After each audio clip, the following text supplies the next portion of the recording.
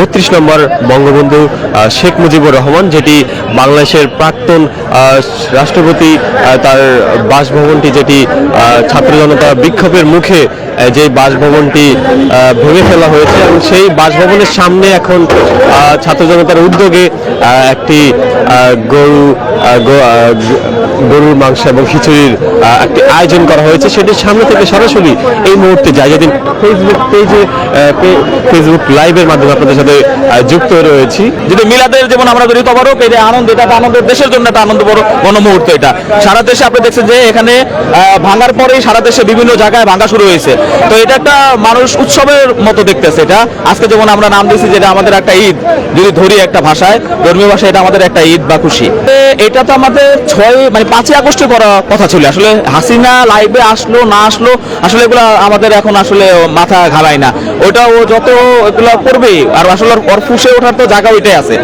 ও যদি এতই পারতো তাহলে পালাইতো না, যদি এত পারতো পালাইতো না। ওর সবগুলা নিয়ে যে ওর পুরো পার্লামেন্ট নিয়ে পালাইছে, আমরা জানি ইতিহাসে এটা বিরল ঘটনা।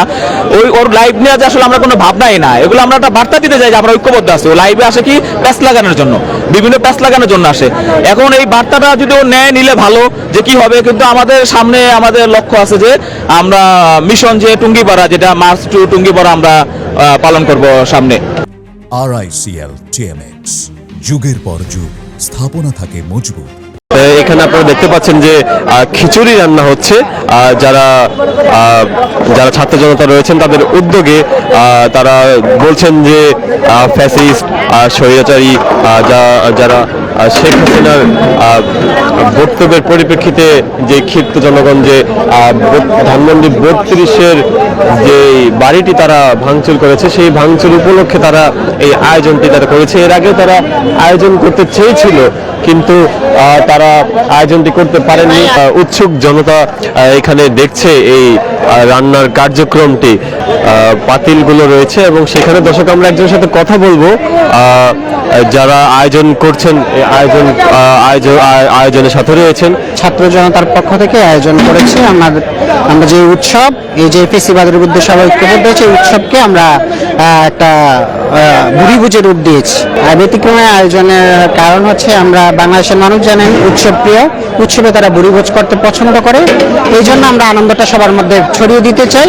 শেখ হাসিনা ভারতে বসে আমাদের বাংলাদেশের জনগণের বিরুদ্ধে হুমকি দিচ্ছে, সে গণহত্যা চালিয়েছে, তার কোনো অনুসূচনা নাই।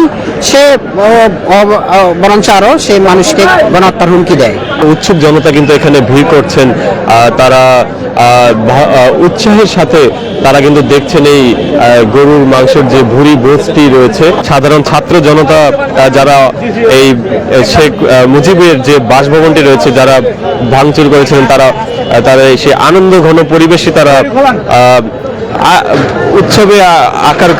উৎসবে যে আকার নিয়েছে সেটি তারা লাঘব করতে তারা এই আয়োজনটি তারা করছে। দর্শক সরাসরি জায়গাদিন ফেসবুক লাইভে আপনাদেরকে দেখাচ্ছে এই মুহূর্তে এখানে খিচুড়ি রান্না চলছে। ফেব্রুয়ারির 5 তারিখে বিগত সরকারের প্রধানমন্ত্রী শেখ হাসিনার যে বক্তব্যকে কেন্দ্র করে ক্ষিপ্ত ছাত্র জনতা যে দেশব্যাপী আওয়ামী লীগ সহ শেখ মুজিবুর রহমানের বাসভবন যেটি রয়েছে, যেটি ধানমন্ডি 32-এর জাদুঘর হিসেবে ব্যবহৃত হতো, সেই জাদুঘরে তারা হামলা চালিয়ে শেখ মুজিবুর রহমানের বাসভবন তারা ভেঙে একদম ধ্বংসস্তূপে পরিণত করে দেয়।